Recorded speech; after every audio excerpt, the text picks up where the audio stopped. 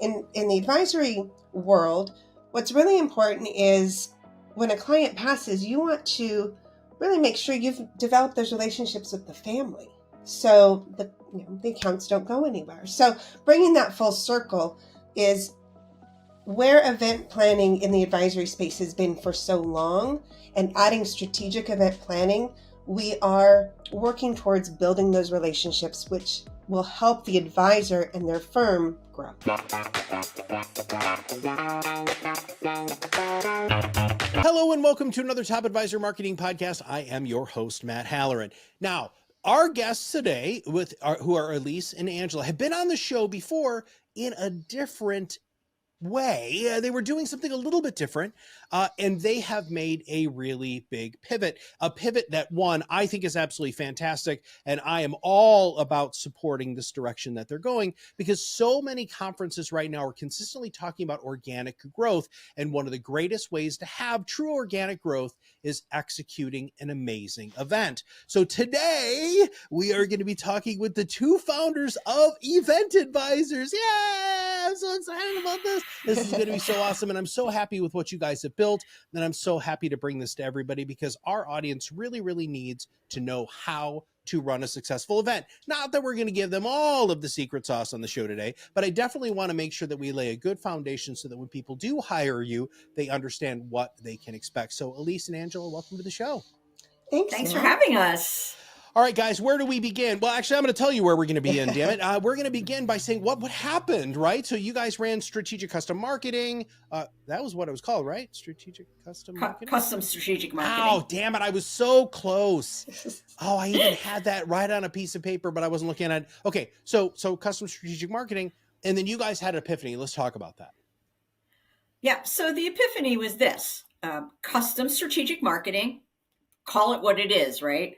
We found that working within the financial advisory ecosystem, that people needed this strategic marketing. We were putting together what we thought were these amazing marketing plans, and we were getting great feedback on it. And it was all based on the ideal clients.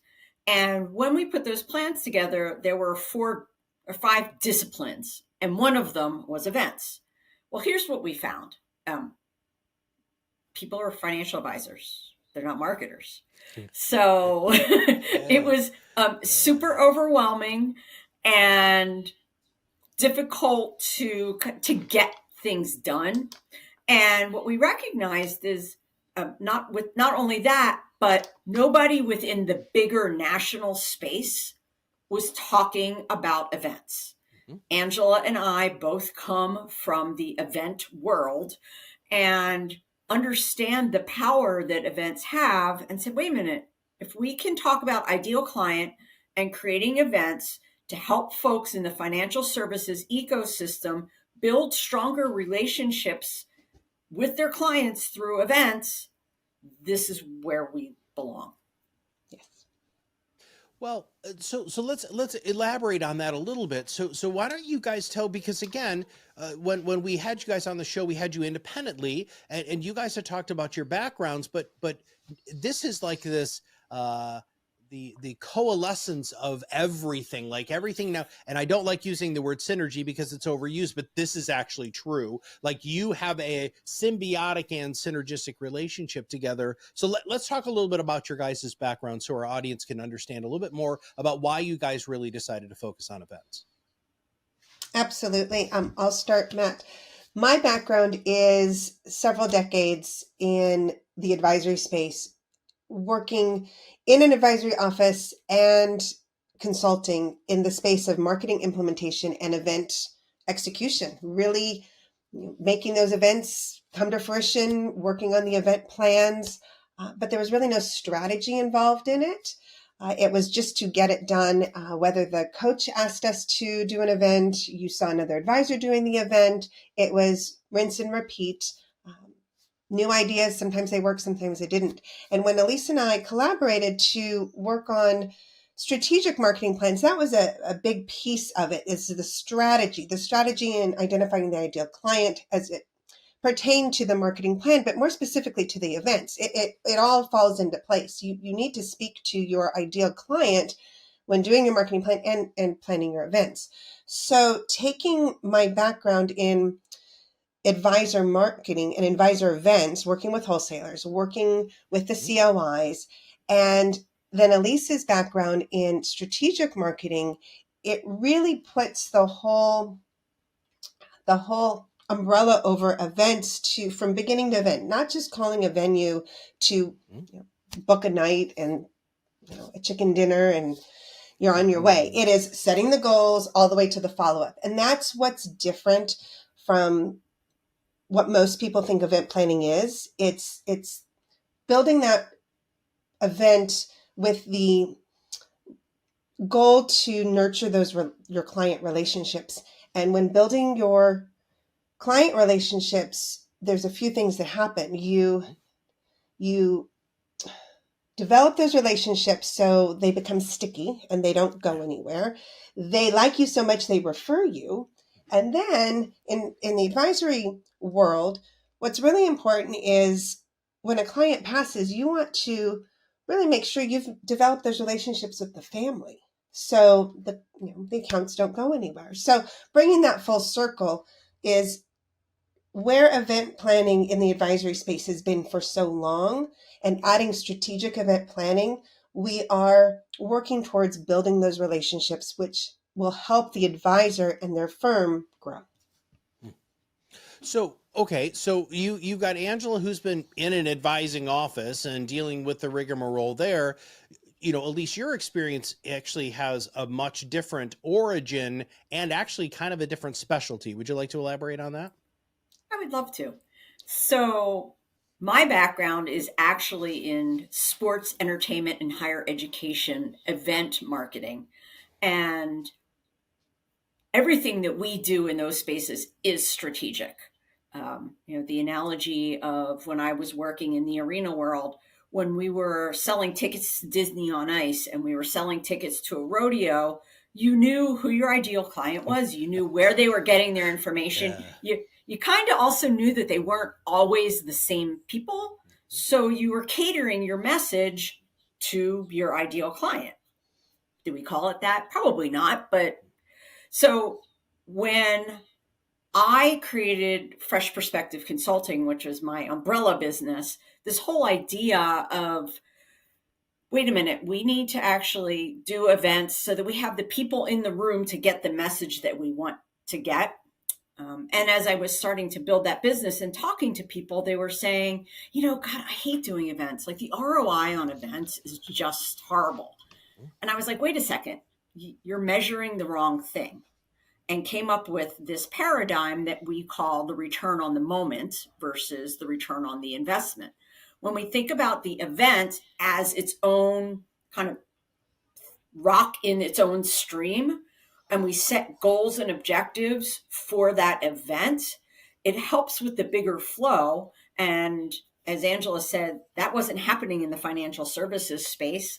And it's our mission to make sure that it starts happening more often. Well, so a lot of advisors, especially now that we're outside of the pandemic, really truly want to do events again, but they're still executing them like it's in the 1900s. I'm going to send out a wedding style invitation and just hope people show up. There is no plan. And I love that you guys have built an actual plan and strategy around this return on moments, because moments are really what you need to be paying attention to. And the other thing that I really love about all of this is if so many advisors, and I think I've told you guys the story, I'm going to digress for a moment. I work with an advisor here in Kalamazoo, and we started doing wine tasting events. He loved wine, he had like a huge wine collection. So we started doing wine events, and his list was super small. He refused to expand it past his A+ clients. He never wanted to ask anybody to bring a friend. And then when nobody showed up, or even if they did show up and then all they did was drink the wine and didn't provide him with 25 referrals, he thought it was a huge failure.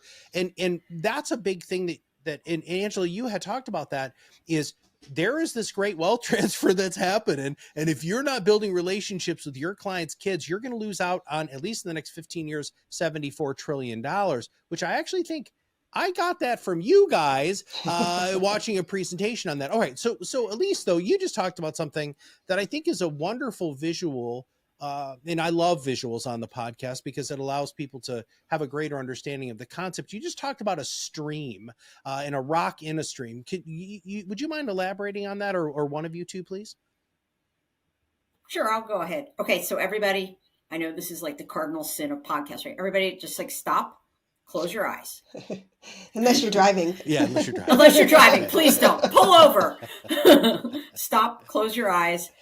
Picture you're in a forest and there's a nice river running through and you can hear like the nice bubbles all going. And there's some rocks in the stream. Think about when you actually watch that water and what it does when it goes around those rocks. It kind of creates its own little eddy pool, but it also changes the flow of the bigger stream. So in that analogy, your marketing is that water, and those rocks are your marketing tactics, the things that you do. So in our case, we're focusing on the event rocks. You know, there's a whole separate pile of podcast rocks and digital communication rocks.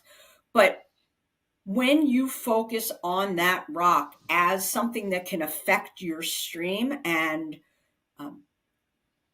setting goals for that, right? Like, what do we want this rock to do? Why is it here? Can we move it?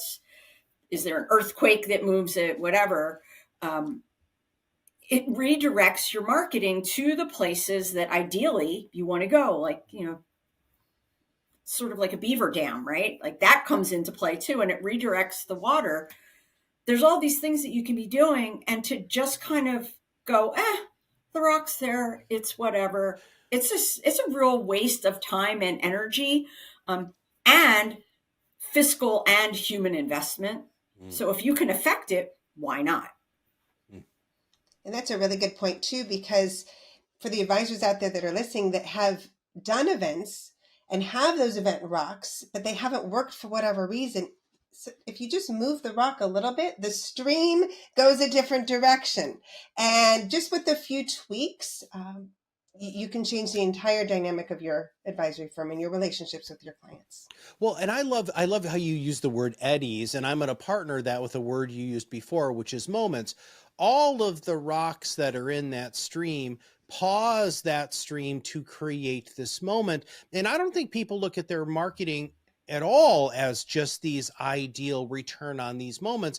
And if you have a strategy behind those moments, then all of a sudden that stream is flowing in the way that you want it to and will get the desired outcome.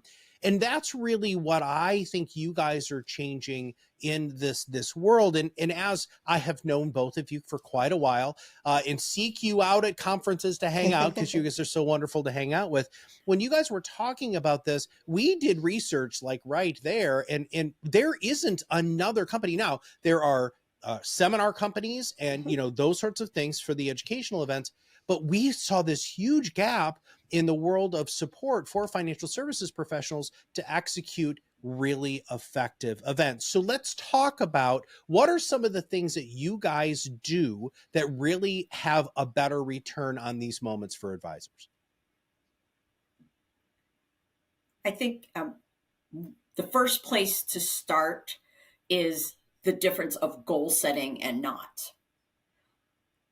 Angela talks about this all the time. You know, whether it was back in the 1900s, I love that phrase, way back in the 1900s, advisors would do 4 events a year because their coach would tell them that these are the 4 events you need to do. Yes, people like you, Matt.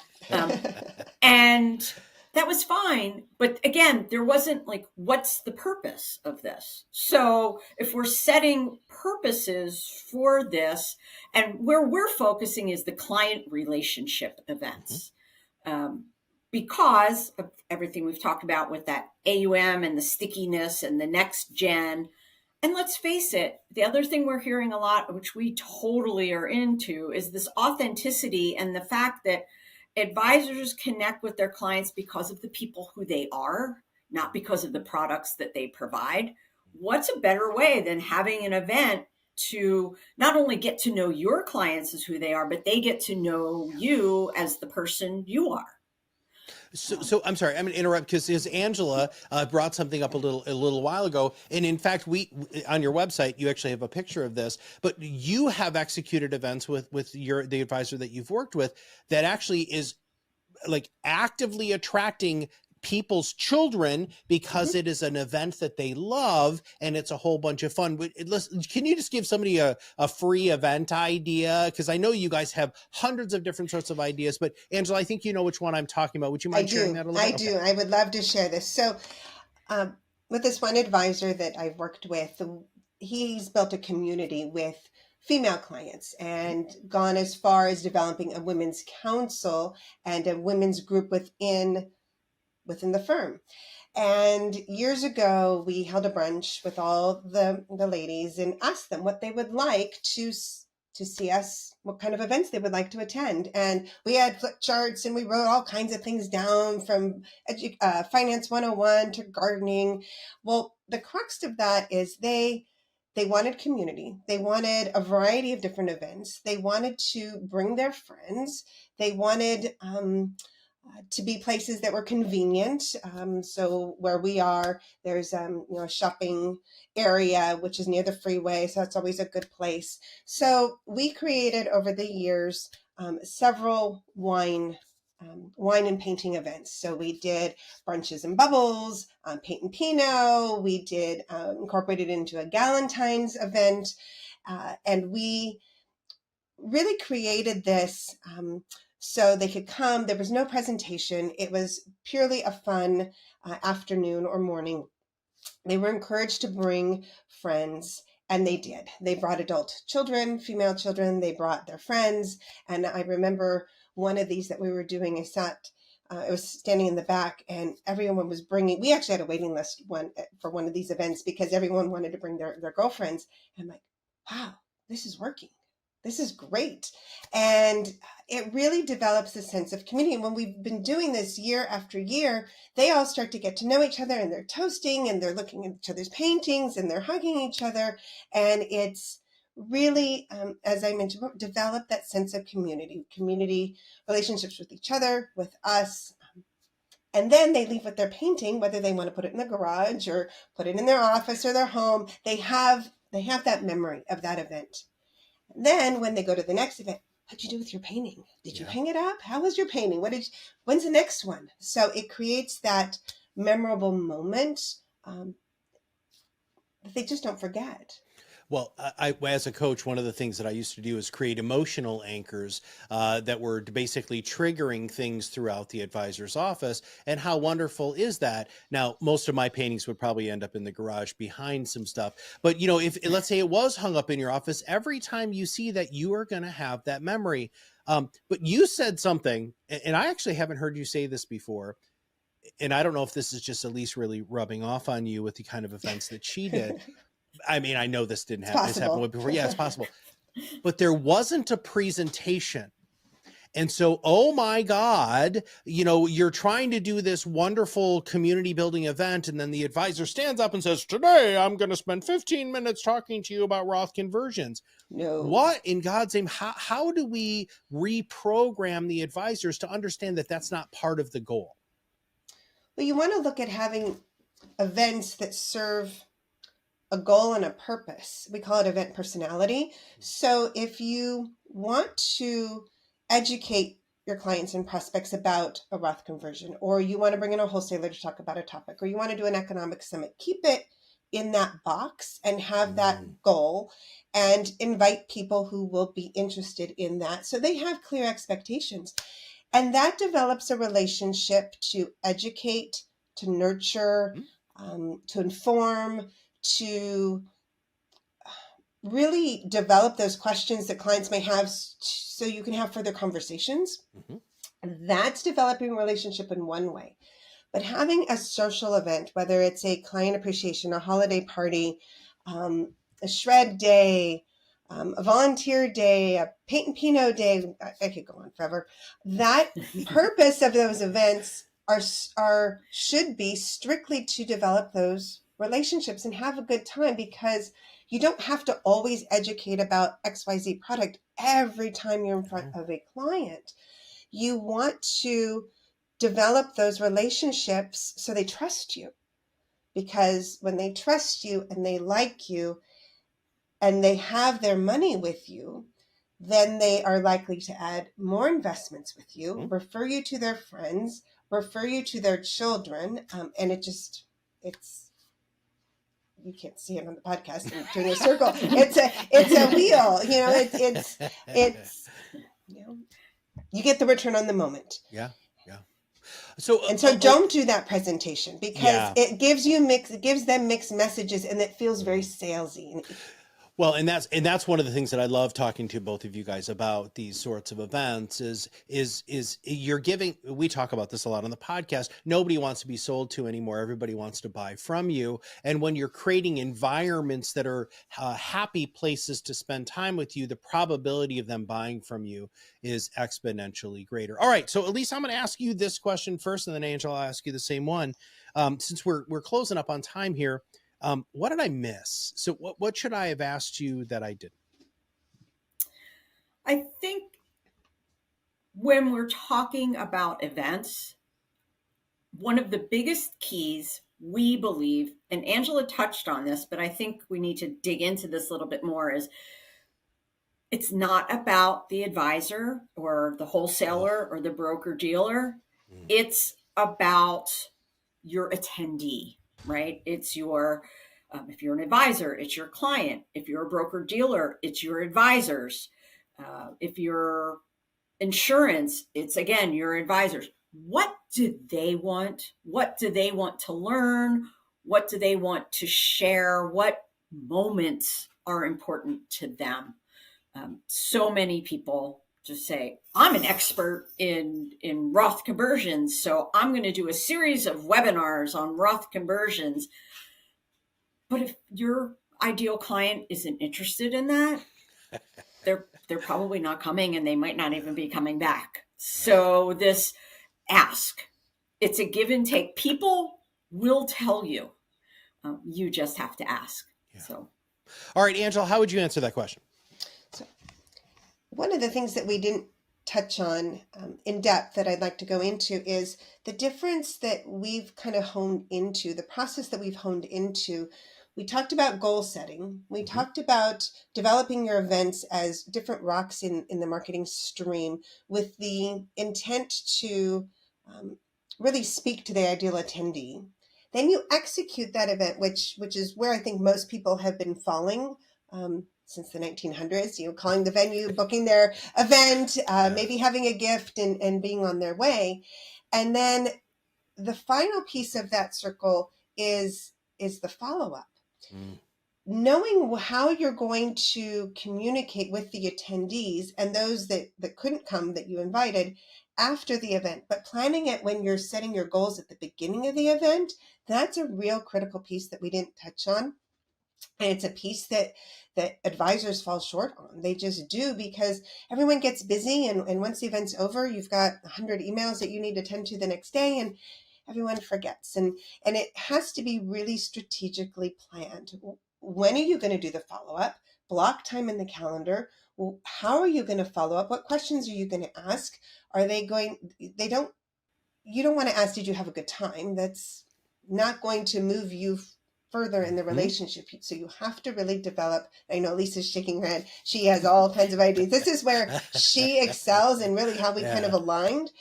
So that's the piece that brings this whole return on the moment full circle, is the follow-up. Goal setting, targeting your ideal client or attendee, the execution, which is very important, and then this follow-up. I want to just very quickly, I just attended 2 major conferences, because you guys said that, you not only do this for independent financial advisors, but you can also do this for wholesalers and then, broker dealers for conferences. And the contrast between these 2 events was stark, right? So the first one, and I'm not going to name the conferences. If you follow me on social, you know which one they are. But so the first one was kind of a celebratory top producer event. And guys, the night number 1, it was at the Country Music Hall of Fame. There wasn't anything that wasn't just let's hang out and everybody just get to know each other better. And then the second night, they actually brought in these two singer-songwriters that were brothers who had written over 2,700 country music songs. And then they would play them and talk about it. It was kind of like a inside the actor's studio for Nashville writers.